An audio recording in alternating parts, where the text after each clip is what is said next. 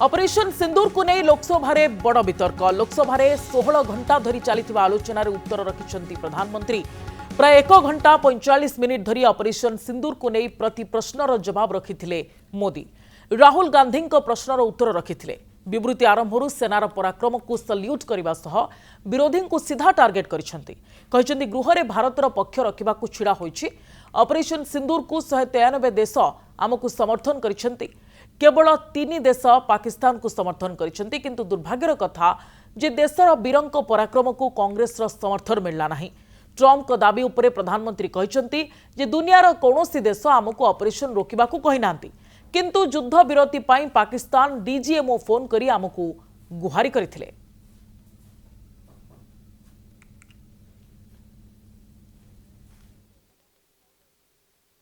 मैं इसी विजय भाव से इस सदन में भारत का पक्ष रखने के लिए खड़ा हुआ और जिन्हें भारत का पक्ष नहीं दिखता है उन्हें मैं आईना दिखाने के लिए खड़ा हुआ। ये भारत की स्पष्ट नीति थी, सुविचारित नीति थी, सेना के साथ मिलकर के तय की हुई नीति थी और वे ये थी कि हम आतंक, उनके आका, उनके ठिकाने, ये हमारा लक्ष्य है। और हमने कहा, पहले दिन प्रेस कॉन्फ्रेंस में कहा है कि हमारा एक्शन नॉन एक्सीलरेटरी है।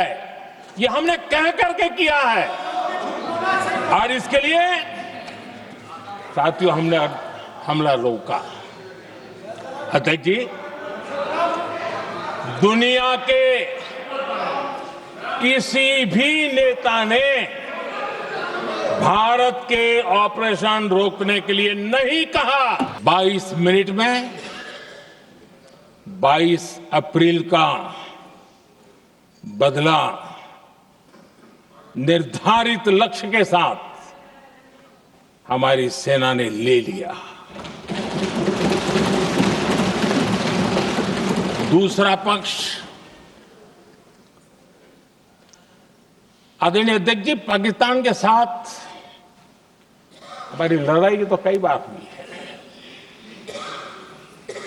लेकिन ये पहली ऐसी भारत की रणनीति बनी कि जिसमें पहले जहां कभी नहीं गए थे वहां हम पहुंचे। पाकिस्तान के कोने कोने में आतंकी अड्डों को धुआं धुआं कर दिया गया। संयुक्त राष्ट्र 193 कंट्रीज,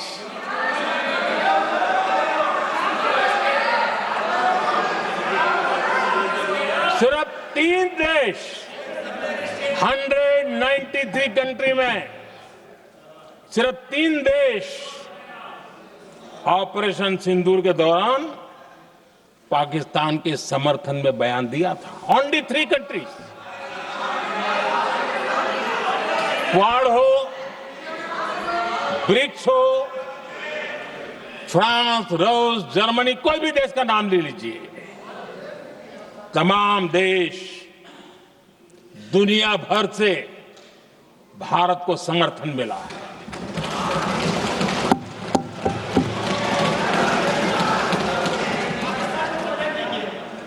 आदरणीय अध्यक्ष जी, दुनिया का समर्थन तो मिला, दुनिया के देशों का समर्थन मिला, माननीय है, लेकिन ये दुर्भाग्य है कि मेरे देश के वीरों के पराक्रम को कांग्रेस का समर्थन नहीं। भारत ने 6 मई रात और 7 मई सुबह जैसा तय किया था वैसी कार्रवाई की और पाकिस्तान कुछ नहीं कर पाया। ऑपरेशन सिंदूर के समय हमारा लक्ष्य तय था और हमारा लक्ष्य था कि आतंक के जो एपी सेंटर है और पहलगाम के आतंकियों को जहां से पुरजोश योजना बनी, ट्रेनिंग मिली, व्यवस्था मिली, उस पर हमला करेंगे। हमने उनके नाभि पर हमला कर दिया।